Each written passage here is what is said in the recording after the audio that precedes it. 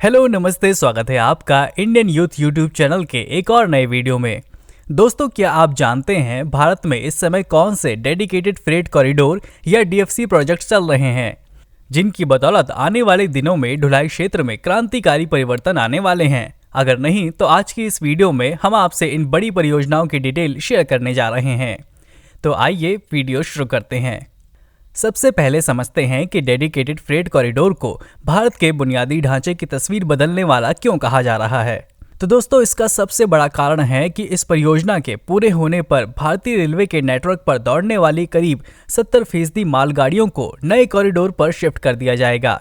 इससे यात्री गाड़ियों की संख्या में बढ़ोतरी का रास्ता साफ हो जाएगा। साथ ही माल ढुलाई भी आसान और सड़कों की तुलना में तेज हो जाएगी, यानी यात्री गाड़ियां और माल गाड़ियां अलग अलग पटरियों पर दौड़ेंगी, जिससे दोनों की सुविधाएं बेहतर हो जाएंगी।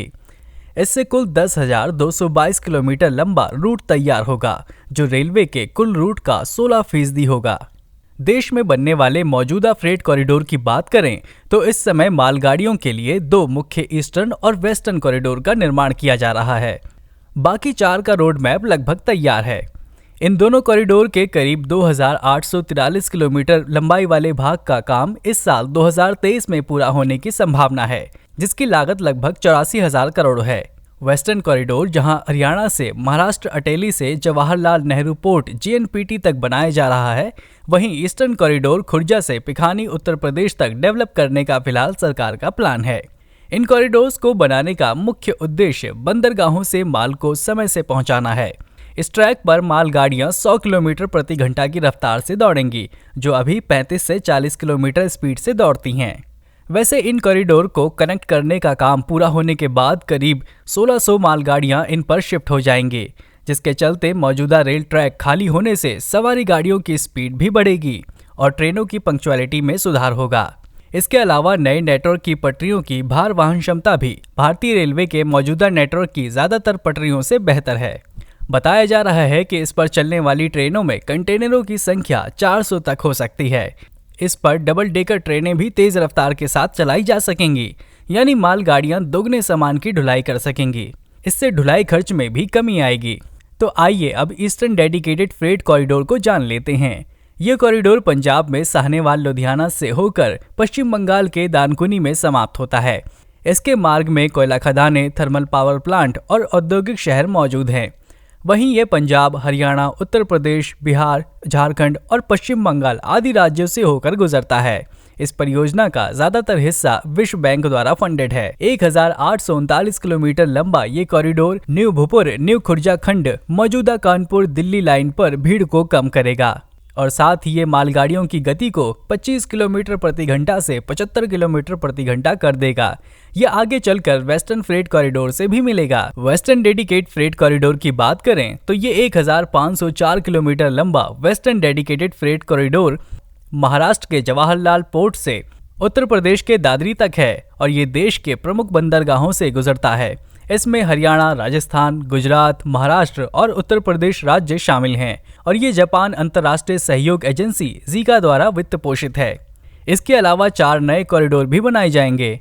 इन कॉरिडोर्स की बात करें तो ये हैं ईस्ट वेस्ट कॉरिडोर कोलकाता से मुंबई करीब 1,976 kilometre, north south corridor Delhi से चेन्नई करीब 2,173 kilometre, east west corridor Kharagpur से विजयवाड़ा करीब 1,100 किलोमीटर और साउदर्न कॉरिडोर चेन्नई से गोवा करीब 899 किलोमीटर।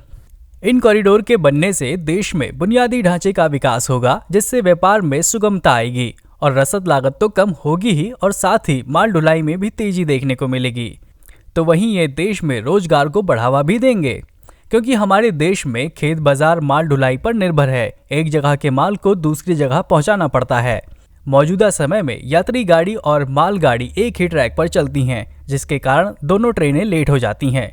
लेकिन अब इन कॉरिडोर के बनने से कई समस्याओं का समाधान हो जाएगा और भारत को निवेश की दृष्टि से एक आकर्षक देश बनाने में भी मदद मिलेगी। डेडिकेटेड फ्रेट कॉरिडोर्स को भारत में रेलवे से जुड़ी सबसे बड़ी परियोजना बताया जा रहा है। इसकी शुरुआत साल 2006 में हुई थी, लेकिन काफी समय तक इस पर कोई खास प्रगति नहीं हुई। साल 2014 में मोदी सरकार के आने के बाद इस पर काम तेज हुआ। रेल मंत्रालय के तहत गठित एक इकाई dedicated freight corridor corporation of India limited इस पूरी परियोजना की संचालक है।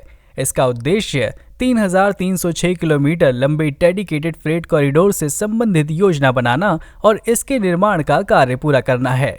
इसका मुख्यालय नई दिल्ली में है और ये एक सार्वजनिक क्षेत्र का उपक्रम यानी PSU है। ये डेडिकेटेड फ्रेट कॉरिडोर के नियोजन, विकास, वित्तीय साधनों की तैनाती, निर्माण, रखरखाव और संचालन आदि कामों को देखती है। उद्योगों को इन डेडिकेटेड फ्रेट कॉरिडोर से कई तरह के फायदे होंगे। उन्हें कच्चा माल मंगाने में आसानी होगी, साथ ही उन्हें तैयार उत्पाद को भी देश के अलग अलग स्थानों पर जल्द भेजने में मदद मिलेगी। इससे भारतीय उत्पादों की लागत में कमी आएगी, जिसका सीधा फायदा भारत से होने वाले निर्यात को मिलेगा। ऐसा इसलिए होगा क्योंकि कीमत में कमी होने के चलते कंपनियां प्रतिस्पर्धा का बेहतर मुकाबला कर सकेंगी। इसके अलावा DFC औद्योगिक क्षेत्रों, निवेश क्षेत्रों, लॉजिस्टिक पार्कों के लिए भी मार्ग प्रशस्त करेगा। कॉरिडोर के साथ लगे ग्रीनफील्ड शहरों में रियल एस्टेट को फायदा होगा, साथ ही बुनियादी ढांचे का विकास भी होगा। इससे उद्योगों और उनसे संबंधित द्वितीयक गतिविधियों से जुड़े कारोबार का भी विकास होगा। जानकारों के मुताबिक इससे रोजगार के बेहतर अवसरों का सृजन होगा। एक अनुमान के मुताबिक DFC पर चलने वाली एक मालगाड़ी सड़क से 1300 ट्रकों का लोड कम कर सकती है।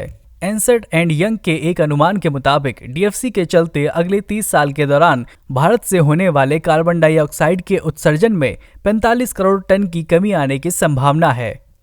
सरकार इन कॉरिडोर्स को सूचीबद्ध करने की योजना भी बना रही है। साथ ही इसकी परिसंपत्तियों को भी आय के सृजन के लिए इस्तेमाल किया जाएगा।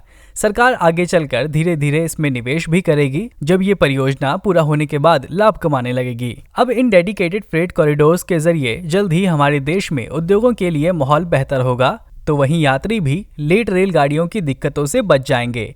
एक और अर्थव्यवस्था को नई तरक्की मिलेगी, तो वहीं दूसरी ओर समय पर रेलगाड़ियों की आवाजाही से यात्रियों का सफर आसान हो जाएगा। तो दोस्तों, कैसी लगी हमारी ये वीडियो? उम्मीद करते हैं कि आपको ये वीडियो पसंद आई होगी और कुछ आपको नया जानने को मिला होगा। तो हमारी ऐसी ही वीडियोस देखने के लिए हमारे चैनल को लाइक करें और सब्सक्राइब करें।